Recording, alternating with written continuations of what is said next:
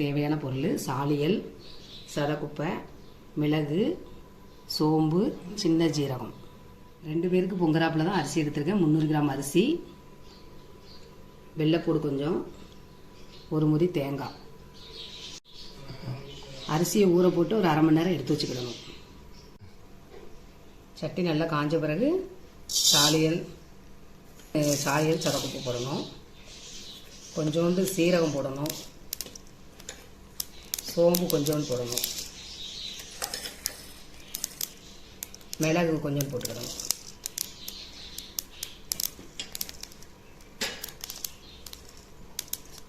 போட்டு கறிவிடக்கூடாது. கறியாத கொஞ்சம் வறுத்து எடுத்துக்கிடணும். மல்லிப்பொடி போட்டுக்கிடணும். அதில் அது வறுக்கும்போது கொஞ்சம் மல்லிப்பொடி,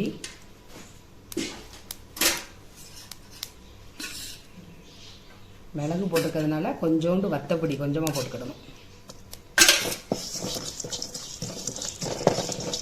அப்புறம் நல்லா வறுத்து இந்த மாதிரி எடுத்துக்கிட்டு மிக்சியில் நல்லா மையாக அரைச்சி எடுத்து வச்சுக்கிடணும். சட்டி காஞ்சனா கொஞ்சம் தண்ணி ஊற்றணும். 300 கிராம் அரிசிக்கு 600 கிராம் தண்ணி ஊற்றணும். நாளைக்கு சட்டியில் வேக வைக்கிறதுனால கூட கொஞ்சம் தண்ணி ஊற்றிக்கணும். தேங்காய் பாலையும் சேர்த்து கூட கொஞ்சம் தண்ணி ஊற்றி வேக வைக்கணும். இந்த தேங்காய் பால் எடுத்துக்கோம்ல அதையும் அதில் ஊற்றிடணும்.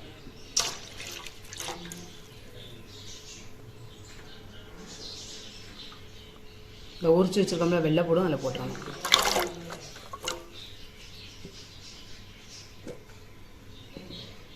இந்த சாலியல், சதக்குப்பை, மிளகு, ஜீரகம்லாம் வறுத்து அரைச்சி வச்சோம்ல, நல்லா மையாக அரைச்சிருக்கேன். அதையும் அதில் போட்டுருவோம். நான் வந்து ஒவ்வொரு ஸ்பூன் போட்டேன் சாலியலும் சதக்குப்பையும். மற்றதெல்லாம் அரை ஸ்பூன் தான் போட்டிருக்கேன்.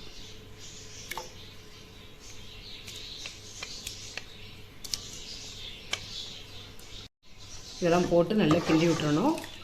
நல்லா தண்ணி கொதித்த பிறகு அரிசியை களைஞ்சி ஊற வச்சுருக்கோம்னா அந்த அரிசியை அதில் போடணும். உப்பு வந்து அதுக்கப்புறம் தான் போடணும். கொஞ்சம் சோறு வெந்த பிறகு உப்பு போடணும். நல்லா கொதித்த பிறகு ஊற வச்சிருக்க அரிசியும் அதில் போடணும்.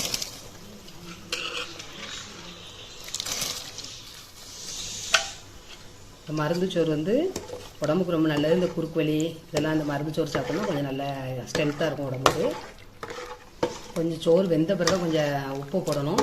இது நல்லா கட்டியாகிற வரைக்கும் கொஞ்சம் சோறு நல்லா குழையணும், நல்லா கட்டியாக வரணும். நான் தூள் உப்பு எடுக்கலை, வரும் உப்பு தான் எடுத்திருக்கேன். எவ்வளோ உப்பு தேவையோ அந்த அளவுக்கு போட்டுக்கோங்க. ஏன்னா குழம்புல ஏற்கனவே நம்ம உப்பு போடுவோமோ அதெல்லாம் கொஞ்சம் கம்மியாகவே உப்பு போட்டுக்கோங்க.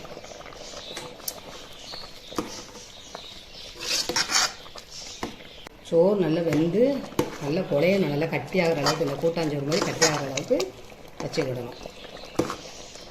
இந்த அளவுக்கு நல்லா கட்டியாக வரணும். நல்லா குழைய விட்டுருங்க. இதை நீங்கள் செய்து பார்த்து எப்படி இருக்குங்கிறது எங்கள் சேனல் கமெண்ட் பண்ணுங்கள், லைக் பண்ணுங்கள், ஷேர் பண்ணுங்கள். சப்ஸ்கிரைப் பண்ணாதவங்க சப்ஸ்கிரைப் பண்ணுங்கள். அப்படியே பக்கத்தில் இருக்க பெல் பட்டனை கிளிக் பண்ணுங்கள்.